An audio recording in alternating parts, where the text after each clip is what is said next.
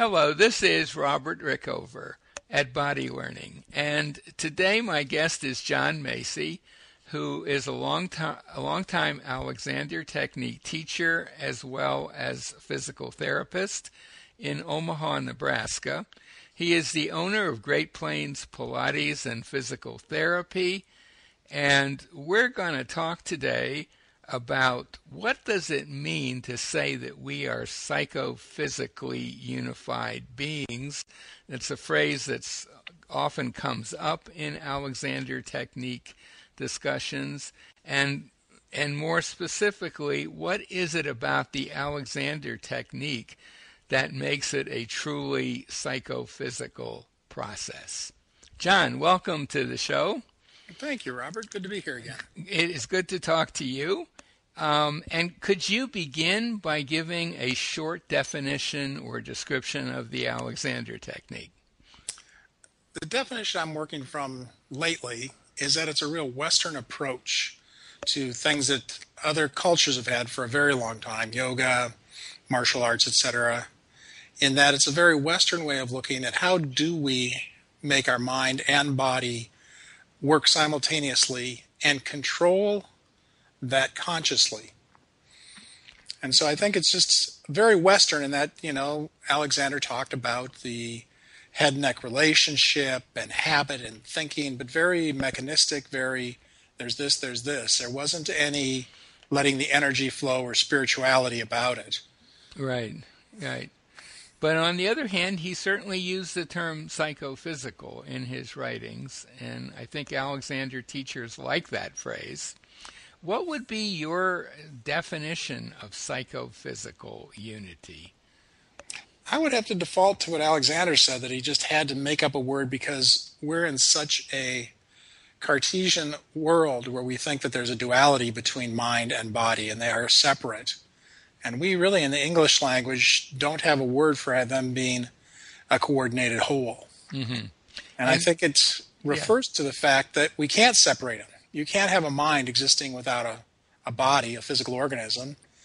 And you can't have a physical organism that stays alive without a nervous system, a mind inside of it. Mm-hmm. Well, and that leads me to a question. Anyone that has any experience with the Alexander Technique, it doesn't come as a shock or a surprise that the way you think about yourself or what you're doing can have a very direct and immediate impact on how your body functions at a physical level. So that direction's pretty clear. At the same time, we know that how you organize your physical body can have an effect on how you feel or think. A really good example being something like power poses where, if you just stand or sit with your arms over your head for a minute or two, you're likely to feel more confident and so on. That's been much discussed by other people as well. So those, I would imagine, could be trotted out as sort of standard examples of psychophysical unity. But I guess what I'm wondering is, what is it that really distinguishes that kind of thing from, say, a piece of machinery in which several parts directly affect each other, but they are actually parts? That's an excellent question.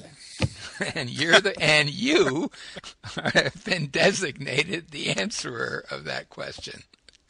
Well, I think it has two parts, and one is there's a directionality. In a machine, it runs in one way. This happens, which leads to this, which leads to this, and you've got an end point. Mm-hmm. So when we look at humans, there's a feedback going all the time. This happens in your thinking, generates this movement, which changes through its feedback the next thinking, or generates the next thinking, and they keep ping-ponging back and forth, one to another to another. There's not really an end point to it.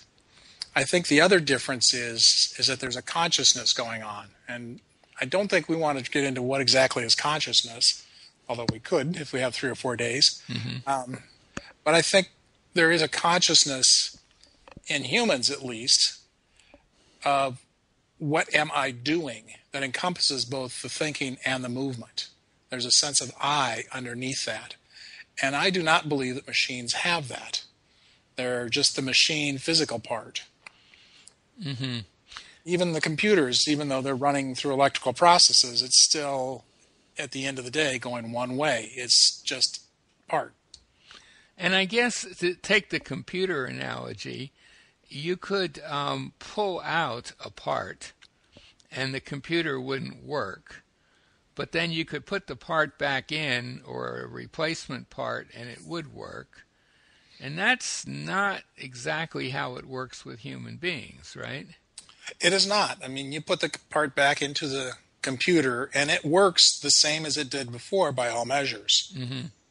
You take a part out of a human and then put it back, that person is still different. Mm-hmm. From having had the experience, they are different. I used to think about this when I had worked with stroke patients. Mm-hmm. And even the ones that, quote, recovered fully, unquote, mm-hmm. they were different people for having had that experience of being paralyzed, of being unable to move, unable to think for that period of time, and relearning everything again. It changed them. And I always wondered how it made that change. I've never seen any studies of the psychological effects of stroke mm-hmm. on people who made full recovery, but I was always curious about that question. And I asked my patients over the years as I saw them, and they all said that they were different people because of the experience, even if they had recovered fully by the medical definitions. Mm-hmm. And I think there's some anecdotal evidence about heart transplant patients also seeming to take on some of the characteristics of the person whose heart they got. I haven't heard about that one. I have heard and seen that people who have heart surgery frequently get, well, for heartsick. Everything you think of when you think of heartsick, the depression, the ennui, the not sure what they're doing, or lack of attachment, you see that very commonly in people who've had severe injuries and or surgery to their heart. Mm-hmm. Mm-hmm. And it's very interesting that they're changed by, we just went in and worked on the plumbing, and then there's these changes in their thinking because of it. Mm-hmm. Mm-hmm. And of course, with humans so far, we haven't really had a brain transplant scenario, but one could imagine that possibly down the road. I can't, but okay. Well, it's in the realm of potential conceivability at some point. But I think the main point that you're making is that it's not just that one part, as it were, very directly affects another, but it's a two-way communication, and that in many cases the parts can't really survive on their own. That's right. Yeah, so you can make adaptations when parts are missing, mm-hmm. but it's an adaptation. It's not a full survival. It's not a return to full function. Mm-hmm. And by and large, we don't have any extra parts. You can get along without an appendix, but it does have a function. You get along without a gallbladder or a spleen, but they do have functions, and you do see changes in people's biology mm-hmm. when those organs have been removed. Mm-hmm. By standards of what's the quality of your life, and you live as long as you want, it's still a good trade-off, but there are changes. Mm-hmm. Right. So in terms of that direct mind-body connection from the way you think to how your body operates, which is, I would say, kind of a hallmark of the Alexander technique, and really one of Alexander's huge discoveries, that the way he thought could directly affect what he did. That's a pretty instant connection, right? You change your thinking about how you're moving, as say you're walking, and your walking changes pretty much immediately, right? It happens quite quickly because it is based on the nervous system. Mm-hmm. And I'd like to insert just a split a hair for a minute here, mm-hmm. because I think one of Alexander's real insights that even Alexander teachers miss at times is that he realized that it's important both what you think as well as the way you think about it. Yes, absolutely. And the same is true of your movement. It's not only what you move, but the quality with which you move. Yes, Yes, and as a practical uh, application of that idea, Alexander directions, whichever directions you're using, whether it's Alexander's original ones or some of the newer versions, the way in which you deliver those directions to yourself is, I believe, at least as important as the actual directions themselves. I would agree with you fully on that one. So that's a characteristic that doesn't really exist in, say, a machine. That's correct.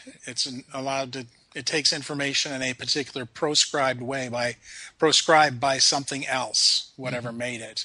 And I think that's also the difference between the various approaches and schools of the Alexander technique really comes down to how do you deliver the messages.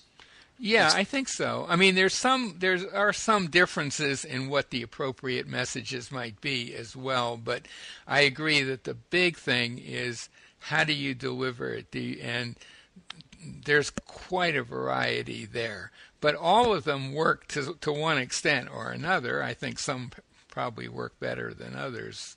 Mm-hmm. However, the opposite effect, how you change something about your body. Let's take power poses, for example. They're a very good example of that. It turns out that if you just stand with your arms raised above your head, or perhaps your hands resting on your head, or even standing with your hands on your hips, all of which raise your center of gravity a bit, if you do that for a little while, it affects your attitudes and your confidence level. But that direction of interconnectedness seems a little murkier somehow. And I know you have something to say about that. I think murky is a perfect word for that, because people forget there's really two communication or signaling processes going on. There's the nervous one, which is primarily electrical, but has a chemical base, and it happens very fast. Mm-hmm. But it's not the speed of light. Nerve signals max go about 125 meters per second, and the slow ones like pain nerves go about a meter and a half per second. Mm-hmm. But it's still fairly fast. You know, it gets the length of your body in less than 2 seconds, any message. Right.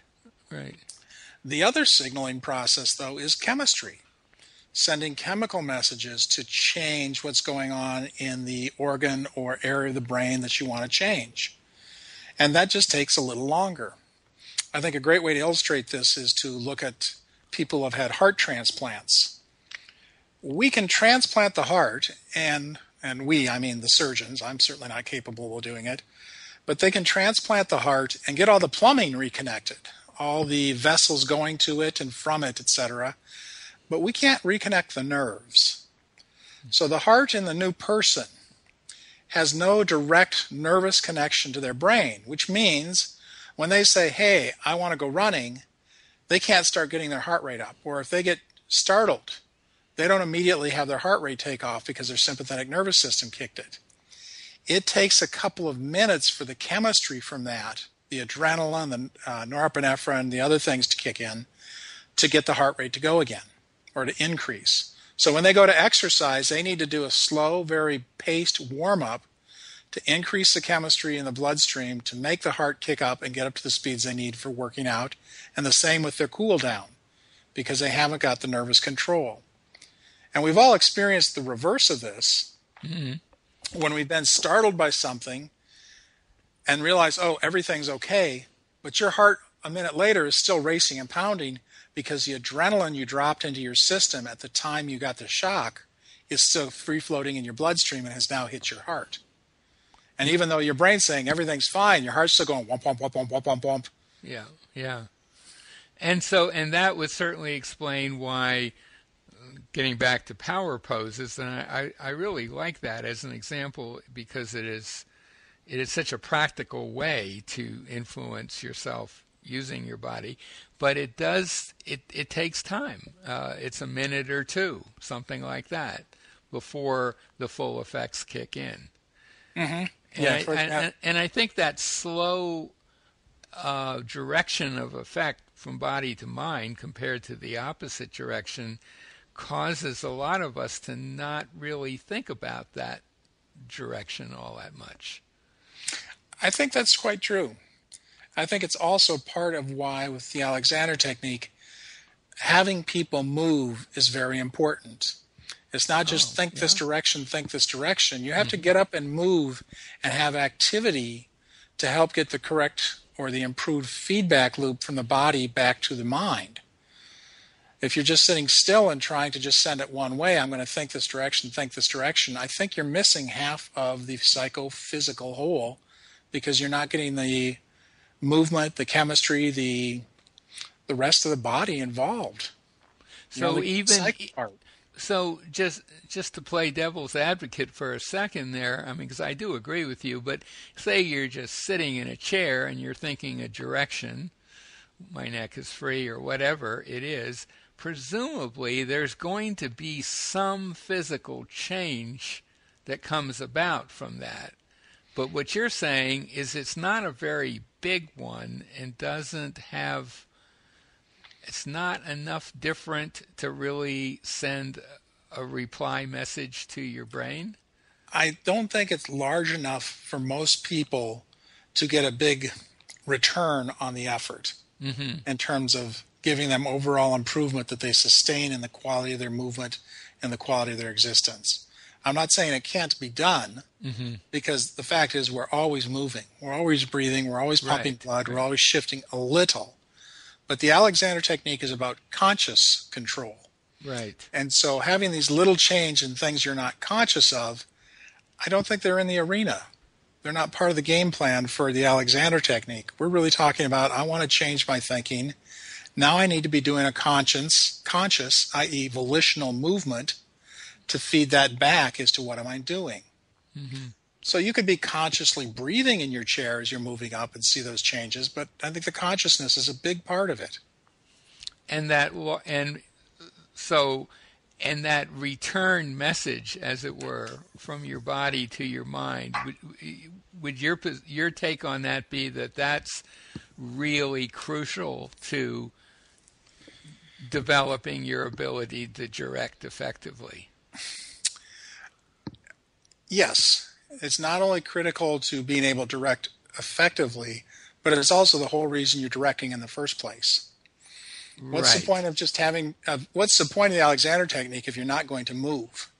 Being dead is very easy to do without having to do a lot of work. I would imagine so. I'm not having had that experience yet. Yeah. You haven't done any interviews with folks who've tried that experiment? No, I haven't. But so I think that we've kind of, let me just ask you, is there anything else about the term psychophysical and or the Alexander technique's relationship to it that you'd like to mention before we come to an end? It makes me think of an experiment I want to try in the next week, actually, as we're speaking here. And that is to change the order of the words. Instead of psychophysical, go to physical psycho. And see what that does to my appreciation of the unity of the two. Oh, that's interesting. But how would you do that? Just have that word in your mind that's what you're working on?